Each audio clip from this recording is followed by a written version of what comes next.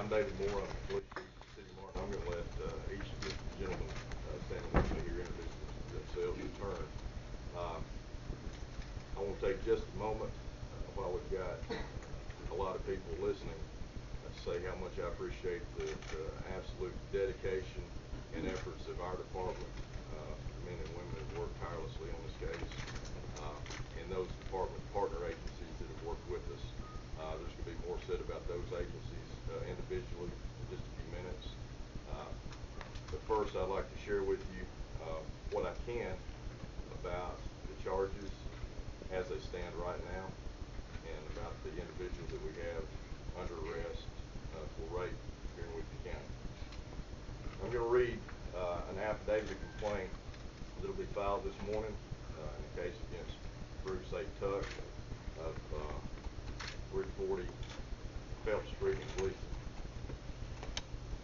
Investigation reveals on August 30, 2009, the defendant Bruce A. Tuck entered a dwelling located at 424 Raven Street by means of breaking the glass of a door which was located at the rear of the residence. Investigation also found that the defendant then came in contact with 3 separate victims inside the residence. It was found that the defendant did produce a small black semi-automatic handgun and threatened the 3 victims with the firearm. The defendant then removed one of the victim's clothing, tore a necklace from around the neck, and forced her to lay nude on the floor with her hands tied to the bedpost. The defendant then also had the other victim bound with shoelaces and also tied to the bed.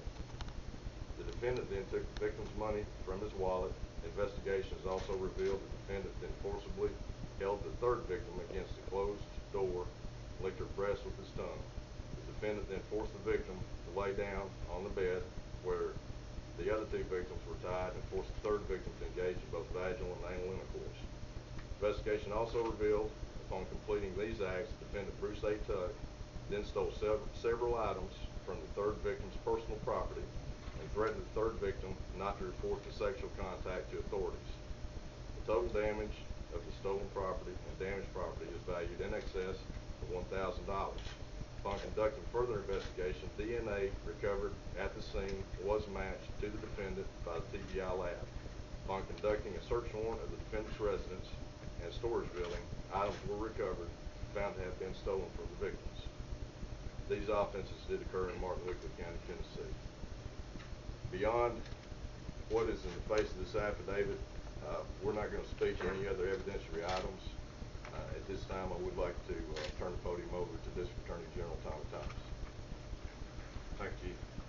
Good morning. First of all, I'd like to, again, we cannot speak about the evidence in this case. I think you all understand why. I've got a couple of things I'd like to say. First of all, I'd like to tell the victims and the families that my heart goes out to them, and I pledge to the victims and the families that I and my office will do all we can to assist them through the criminal justice process and to help them heal from these tragedies. I'd like to commend law enforcement for the fine job they did in working together on this case. I've written down because there are numerous agencies. I did not want to leave anybody out. This was a joint operation of the Martin Police Department, the Memphis Police Department, the Weakley County Sheriff's Department, the Shelby County Sheriff's Department, the Gleason Police Department, the UTM Police Department, the Tennessee Bureau of Investigation, the Highway Patrol, Carroll County Police Department, and other area law enforcement agencies who work together hand in hand in great cooperation, accumulating hundreds of man hours to solve these tragic cases. Thank you. Sheriff Wilson of the Weakley County Sheriff's Department is in control of our defendant at this time. Sheriff, would you like to speak to him? Let you know, yesterday afternoon after Mr. Tuck was taken into custody, he complained of chest pain. He was taken to the hospital and evaluated. He was released into our custody this morning and was booked at 6 o'clock this morning.